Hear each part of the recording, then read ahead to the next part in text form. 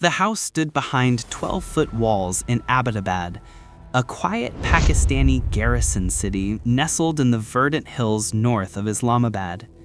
Unlike its neighbors, this compound had no telephone lines, no internet connection. Its windows were few and narrow, positioned high on the walls like watchful eyes. The residents burned their trash rather than putting it out for collection. They never left together, never drew attention. To the casual observer, it was simply the home of a reclusive, wealthy family who valued their privacy in a nation where privacy was a luxury. But in a nondescript office in Langley, Virginia, analysts studying satellite imagery and intercepted communications had begun to suspect otherwise. The compound's very ordinariness had become suspicious. Its careful isolation, its peculiar architecture, the movements of its inhabitants, all pointed to something extraordinary hiding in plain sight. Inside those walls, American intelligence believed, lived the world's most wanted man. The problem was proving it.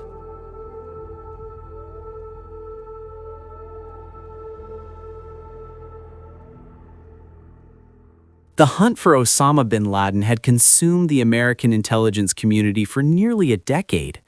After the attacks of September 11, 2001, finding the al-Qaeda leader became the singular obsession of the CIA's Counterterrorism Center.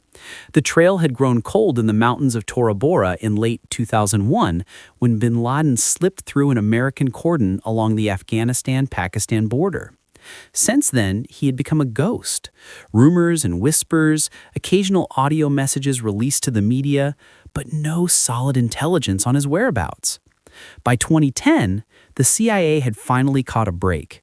Through years of painstaking detective work, tracking couriers and communications, they had identified a suspicious compound in Abbottabad. The city itself was an unlikely hiding place, a military town home to Pakistan's equivalent of West Point, crawling with army officers and security personnel. Perhaps that was precisely why bin Laden had chosen it. Who would think to look for the world's most wanted terrorist in the shadow of Pakistan's military establishment? The compound had been built in 2005, constructed with apparent wealth but curious design choices. It was valued at roughly $1 million, yet its owners had no telephone or internet service. The walls were unusually high, topped with barbed wire. A 7-foot privacy wall on a third-floor terrace would allow someone to walk outside without being visible to neighbors or satellite surveillance. The few windows that existed were sealed or tinted. CIA analysts studying the compound identified 3 families living there. 2 brothers and their families occupied the lower floors, but the third-floor residents never showed their faces. They never left the compound. Their trash was burned inside the walls. Even their clothes, hanging on lines to dry, were carefully positioned to avoid being seen from above. The Americans called this mystery resident the Pacer, a tall man who walked the compound's courtyard for exercise but never stepped outside the walls. His height and gait matched bin Laden's. But satellite imagery and electronic surveillance could only tell them so much. This was the fundamental problem facing the CIA in early 2011. They had a target, but they didn't have proof. The intelligence was circumstantial, based on behavior patterns and architectural analysis. No one had photographed the tall man's face. No one had identified his voice on any intercepted communications because there were no communications to intercept from the compound. The White House needed more than suspicion before authorizing a military operation deep inside Pakistan, a nuclear-armed nation that was nominally an American ally but had grown increasingly hostile to U.S. operations on its soil. The political and diplomatic consequences of a raid that turned out to be based on faulty intelligence would be catastrophic. President Obama would later say he estimated the odds that bin Laden was actually in the compound at somewhere between 55 and 45%. The CIA needed definitive proof. They needed DNA. If they could obtain a DNA sample from someone inside the compound and match it to known bin Laden family DNA samples in their database, they could confirm the target's identity. But how do you get a DNA sample from people who never leave their fortress-like home? The answer, when it came, would exploit one of humanity's most trusted institutions, public health. Somewhere in the corridors of Langley, an audacious plan took shape. The CIA would organize a vaccination campaign in Abbottabad. Under the guise of administering hepatitis B vaccines to local children, health workers would gain access to homes throughout the city, including, potentially, the mysterious compound on Nawashehr Road. Vaccination campaigns were common in Pakistan, a country still fighting to eradicate polio and other preventable diseases. International organizations like the World Health Organization and UNICEF regularly sponsored such programs. Local health workers going door to door with coolers of vaccines were a familiar sight in Pakistani cities. A hepatitis B vaccination drive would raise no suspicions. But this vaccination drive would be different. The health workers would be collecting information. If they could gain access to the compound, they might see who lives there. More importantly, if they could administer vaccines to the children, they could potentially collect DNA samples from discarded needles or syringes. The hepatitis B vaccine required 3 doses over several months, providing multiple opportunities for access. The plan required an elaborate infrastructure. The CIA would need to recruit a real Pakistani doctor with legitimate credentials to front the operation. They would need to establish a real vaccination program that would actually provide vaccines to genuine patients. The operation had to be authentic enough to withstand scrutiny. They would need health workers, supplies, record-keeping systems, and all the bureaucratic apparatus of a legitimate medical campaign. Most critically, the operation had to remain secret. If word leaked that the CIA was running a fake medical program, it would not only compromise the mission, but potentially spark an international crisis. Pakistan's intelligence service, the ISI, was believed to have sympathizers to al-Qaeda within its ranks. If they discovered the CIA's plan, bin Laden would vanish again, perhaps forever. The CIA began recruiting. Dr. Shakil Afridi was, by all accounts, an ambitious man. At 53 years old, he had spent his career as a government surgeon in Pakistan's tribal regions, working in some of the country's most challenging environments. He was known as competent and enterprising, someone always looking for opportunities to advance his career and his income. The CIA's approach, when it came, likely appealed to both his ambition and his patriotism. While the exact details of how Afridi was recruited remain classified, intelligence sources later revealed that the CIA had been cultivating assets in Pakistan for years, building networks of informants and collaborators. Afridi would have been approached carefully, assessed for his willingness to cooperate, his discretion, and his access to the medical infrastructure needed for the operation. What the CIA offered Afridi remains unknown. Money certainly, though reports of exactly how much vary wildly, from hundreds of thousands to millions of dollars. But there may have been other incentives. Promises of American citizenship for his family, protection, prestige. The CIA was asking him to help capture the man responsible for thousands of deaths, including many Muslims. For some, that appeal to justice might have been enough. Afridi agreed to help. The surgeon was an ideal front for the operation. He had legitimate medical credentials and experience running health programs in Pakistan's frontier regions. He was known to local health authorities and could plausibly launch a vaccination campaign without raising suspicions. His position as a government health officer gave him access to the bureaucratic systems needed to make the program appear official. But Afridi was taking an enormous risk. Pakistan's tribal regions were al-Qaeda and Taliban territory. His work for the CIA, if discovered, would make him a target for assassination. Even worse, Pakistan's own intelligence services were deeply suspicious of American operations and maintained ambiguous relationships with militant groups. If the ISI discovered his collaboration, Afridi could face charges of treason. The doctor accepted the assignment anyway. Throughout late 2010 and early 2011, the infrastructure for the vaccination campaign took shape. The CIA channeled funds through its networks, keeping the money flows untraceable. Afridi began recruiting health workers, nurses and community health volunteers who would go door to door administering vaccines. The genius of the operation was that it had to be largely real. The vaccination campaign couldn't be a complete fabrication. That would invite too many questions and too much scrutiny. So the CIA created an actual hepatitis B vaccination program that would deliver real vaccines to real patients. Only Afridi and his CIA handlers knew the operation's true purpose. The campaign would begin in Nawasher, the neighborhood where the suspected bin Laden compound was located. Health workers would go door to door, offering free hepatitis B vaccinations to children. They would keep careful records, not just for appearances, but because the CIA needed to track which homes they had accessed and which family members they had seen. The hepatitis B vaccine was chosen for specific reasons. It requires 3 doses, administered over several months, which would provide multiple opportunities to access the compound if the initial attempt was successful. The vaccine itself is routine and non-controversial, unlike polio vaccines, which had become politically charged in Pakistan due to conspiracy theories about Western medicine. And hepatitis B is a genuine health concern in Pakistan, making the campaign medically plausible. In March 2011, the vaccination drive began.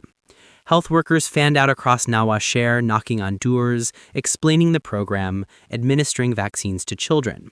They were equipped with coolers containing vaccine vials, syringes, record books, consent forms, all the apparatus of a legitimate medical campaign.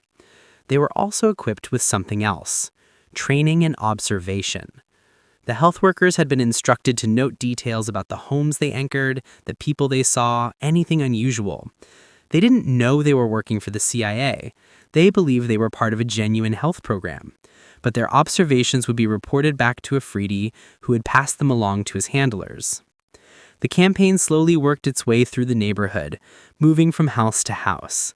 The CIA watched and waited, hoping the health workers would eventually reach the compound on Nawasher Road. When the health workers finally approached the compound in late March or early April 2011, they were turned away at the gate. The families inside, they were told, were not interested in the vaccination program. This was unusual. Most families in the neighborhood had welcomed the free vaccines, but it wasn't unheard of. Some Pakistanis were suspicious of Western medicine, particularly in the wake of conspiracy theories about vaccines being used to sterilize Muslims. The health workers noted the refusal and moved on. But the rejection was itself intelligence. The compound's residents were so security conscious that they wouldn't even allow health workers inside for a routine vaccination. This behavior pattern matched what the CIA already knew about the location. Afridi tried a different approach. In some accounts, he attempted to gain access to the compound from a different direction, perhaps by establishing a vaccination site in a nearby building or by trying to approach during a different phase of the campaign. The exact details of these attempts remain murky, obscured by classification and conflicting reports. What is clear is that the vaccination campaign never successfully gained access to the compound's 3rd floor, where the pacer lived. If any vaccines were administered to residents of the compound at all, they were only to the families on the lower floors, not to the high-value targets' family members. The DNA collection plan had failed. By April 2011, the CIA had to face reality. They weren't going to get definitive DNA proof through the vaccination program. Time was running out. The longer the Americans maintained surveillance on the compound, the greater the risk that Pakistani intelligence would notice their interest, or that bin Laden would move locations. Senior intelligence officials began pressing for a military option. They presented their evidence to President Obama. The compound's suspicious characteristics, the courier trails that led there, the presence of a tall man who matched bin Laden's description, the family's extreme security consciousness. It was circumstantial, but it was the best intelligence they'd had in a decade. The vaccination campaign's failure to access the compound was actually additional evidence. The fact that the residents refused even routine health workers' entry suggested they were hiding something significant. In late April, President Obama authorized a raid. Navy SEALs would helicopter into Abbottabad under cover of darkness, assault the compound, and either capture or kill its occupants. The operation was scheduled for the night of May 1, 2011. The vaccination campaign continued, maintaining its cover. Afridi and his health workers kept administering vaccines throughout Abbottabad, unaware that the mission's primary purpose had been superseded by a military option. The CIA couldn't shut down the program without potentially arousing suspicion. On the night of May 1-2, two specially modified Black Hawk helicopters carrying 24 Navy SEALs crossed the Afghanistan-Pakistan border and flew toward Abbottabad. The vaccination program had played its part, even if it hadn't achieved its primary objective. The operation it had covered for was now in motion. The details of Operation Neptune Spear have been told many times. The helicopter assault, the breach of the compound walls, the room-by-room clearing of the building, the confrontation on the third floor where a tall, bearded man was shot and killed. DNA samples taken at the scene would later confirm what the SEALs already suspected from the man's appearance. They had found Osama bin Laden. The raid lasted 40 minutes. By dawn, the SEALs and bin Laden's body were gone, leaving behind a stunned Pakistani government demanding answers about how American forces had conducted a military operation deep inside Pakistan without permission or detection. For a few weeks, the vaccination campaign remained secret. Afridi continued his work, likely in communication with his CIA handlers, waiting for payment and extraction. The bin Laden operation was being celebrated in the United States as a tremendous victory, the culmination of a decade-long manhunt. The role that a fake vaccination drive had played in the intelligence gathering was still classified. But in Pakistan's intelligence services, suspicions were growing. Pakistani intelligence officials, humiliated by the American raid on their soil, began investigating how the CIA had located bin Laden. They interrogated the compound's surviving residents, traced phone calls and communications, investigated anyone who had shown unusual interest in the Abbottabad area in the months before the raid. Eventually, their investigation led them to Dr. Shakil Afridi. By late May 2011, Pakistani newspapers began publishing reports about a vaccination campaign in Abbottabad that may have been cover for CIA surveillance. The stories were initially vague and uncertain based on unnamed intelligence sources. But as more details emerged, a clearer picture developed. The CIA had run a fake medical operation to spy on the bin Laden compound. In early June, the Guardian newspaper in London published a detailed account of the vaccination program, identifying Afridi by name and describing how the hepatitis B campaign had been used as cover for intelligence collection. The story sparked international outrage, particularly among public health officials who warned that using medical programs as cover for espionage would undermine genuine vaccination efforts and endanger health workers worldwide. The CIA initially refused to comment on the reports. The Pakistani government arrested Afridi, holding him without charges while they investigated his role in the operation. Other health workers associated with the vaccination campaign were questioned, and some were detained, though most were eventually released once investigators determined they had been unwitting participants in the CIA's scheme. The full scope of the operation's exposure would take months to unfold, but the damage to both the CIA's operations and global public health efforts was immediate and severe. In the immediate aftermath of the raid's exposure, aid organizations working in Pakistan began reporting a backlash against vaccination programs. Taliban commanders in the tribal regions announced that vaccination campaigns were banned in areas under their control, declaring them to be cover for American espionage. Several health workers were assassinated, their deaths explicitly linked to the CIA's fake vaccination program. The Pakistani Taliban issued a statement: "We have suspended all vaccination campaigns in our areas until we receive assurances that vaccination programs will not be used for espionage." In July 2012, gunmen assassinated a senior health official in Karachi who had been overseeing polio vaccination efforts. In December 2012, 9 polio vaccination workers were murdered in coordinated attacks across Pakistan. The violence wasn't limited to Pakistan. In Afghanistan and Nigeria, countries already struggling with polio eradication efforts, vaccination workers faced increased threats and attacks. Conspiracy theories about vaccines being cover for Western espionage spread through social media and militant propaganda. Parents who had been hesitant about vaccines became outright hostile. In some regions, vaccination rates plummeted. Public health officials worldwide condemned the CIA's operation. The dean of the Johns Hopkins Bloomberg School of Public Health called it a setback for public health efforts. Médecins Sans Frontières, Doctors Without Borders, released a statement warning that the operation had put at risk the perceived neutrality and impartiality of humanitarian organizations. Perhaps most significantly, the World Health Organization, UNICEF, and several other international health organizations wrote to the White House requesting assurance that vaccination programs would never again be used for intelligence gathering. They warned that the loss of trust could undermine decades of progress in disease eradication, particularly the global effort to eliminate polio. The CIA operation had achieved its goal of helping locate bin Laden, but the cost to public health was becoming catastrophic.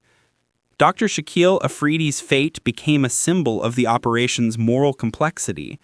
Arrested by Pakistani authorities in May 2011, he was held without charges for nearly a year while investigators built a case against him. In May 2012, a Pakistani court convicted Afridi of treason, not for helping the CIA find bin Laden, but for alleged ties to militant groups, a charge widely seen as a face-saving measure for the Pakistani government. He was sentenced to 33 years in prison. The conviction sparked outrage in the United States. American officials, including Secretary of State Hillary Clinton and Senator John McCain, called for Afridi's release, describing him as a hero who had helped eliminate a terrorist responsible for thousands of American deaths. Congress voted to cut aid to Pakistan by $33 million, $1 million for each year of Afridi's sentence, but Pakistan refused to budge. Releasing Afridi would be seen as capitulation to American pressure and would acknowledge that helping the CIA was acceptable. The doctor became trapped in a geopolitical standoff, imprisoned in a high-security facility with his conviction upheld on appeal. From his prison cell, Afridi maintained that he had been acting out of humanitarian motives. In the letter smuggled out of prison and published by Fox News in 2012, he wrote, "I have always been proud of being an American friend.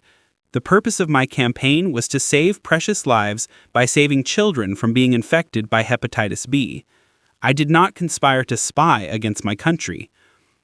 Whether Afridi truly believed he was simply running a health program or whether he understood his role in an intelligence operation remains a matter of debate.